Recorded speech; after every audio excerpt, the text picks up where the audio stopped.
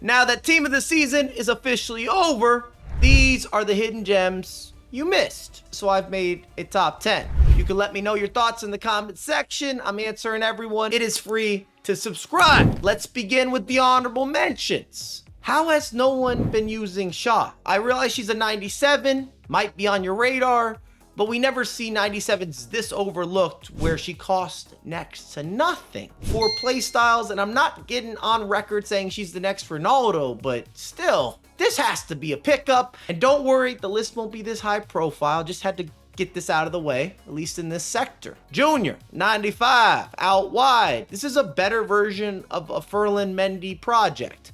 You got Jockey, anticipate with a lefty on the left side of the pitch. That's maneuverable. That's workable. I just think our optionality might be too deep for the fullbacks, and he's been pushed to the sidebar. And last of the mentions, Russo, skillful, natty in the attack. Had a full week in league on the resume, and only compliments on the action. The deliverables have been delivering. Pure, authentic vibes going forward. At number 10, Noah Lang. The man's got motion. Swimmer's stroke of smoothness and unlimited lats like Michael Phelps. Not saying he's an Olympian or gonna collect anywhere near that amount of medals, but skill moves are not light. At number 9, Borja. Only on the left side of the pitch, sadly. But the control is far from the championship. He got that Neymar-esque type of movements. The first touch, the control, the cadence, the finesse shots are like throwback Hazard. I'm not talking about the hero variation or reiteration. I'm talking about the goods to the greats, that Chelsea in full effect. Cut inside, give you a little bit of that spectacle, that sparkle, that extracurricular. Apparently we have salt. Number 8, Koundé. We're going French. This is primetime fullback in my mind.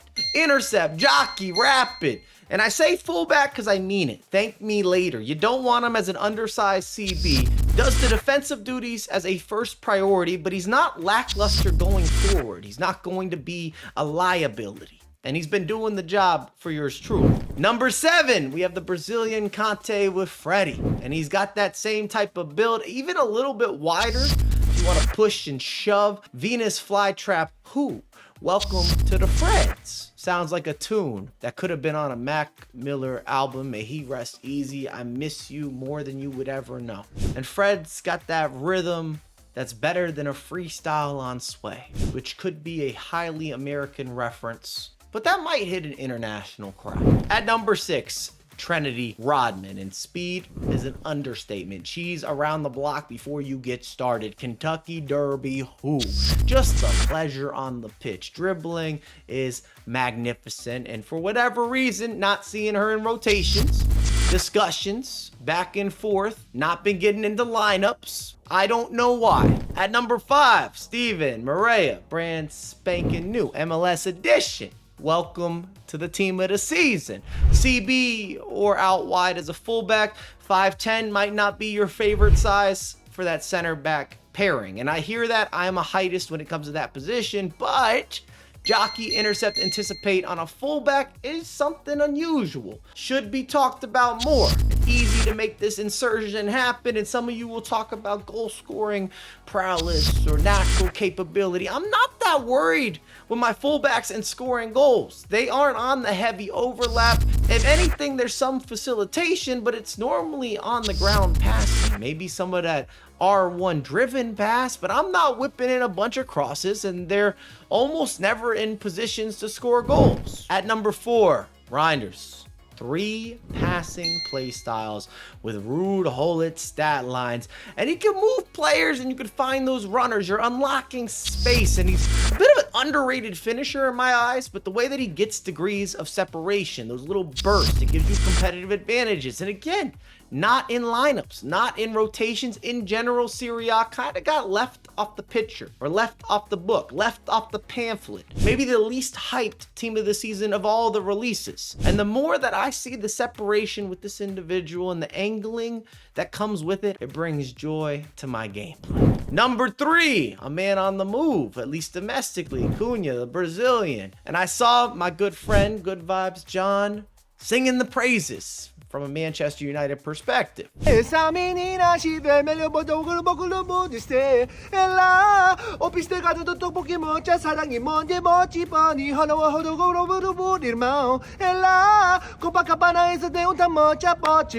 해외. I don't know if I'm going to go that far, but he does remind me of a bit of a throwback Firmino item, at least on the virtual pitch. Cunha has that type of juice, the extra squeeze. It's not just the pace, but the touches feel full-on Brazilian, and he's got that aura in the attack. I feel dangerous. I feel electric. There's a synergy with the orchestration. I know good things are going to happen. That attachment is real. We're manifesting, and I've seen it in real time every single week in league.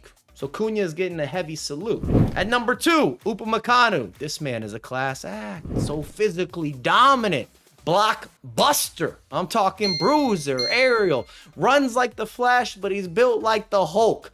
Onyx rock Pokemon with Jolteon pace or Jolteon speed. We're talking Aerodactyl, Mewtwo, Dugtrio, Alakazam. Did I just Google fast Pokemon from the original 151? Maybe. But that's the type of energy that I'm with. Upamecano is world class when it comes to the CBs, especially if you like some manual defending, which I do. He gets after it. He's got the recovery. You can make the dangerous steps. Offside trap. Yes, indeed. Sign him up for Barcelona.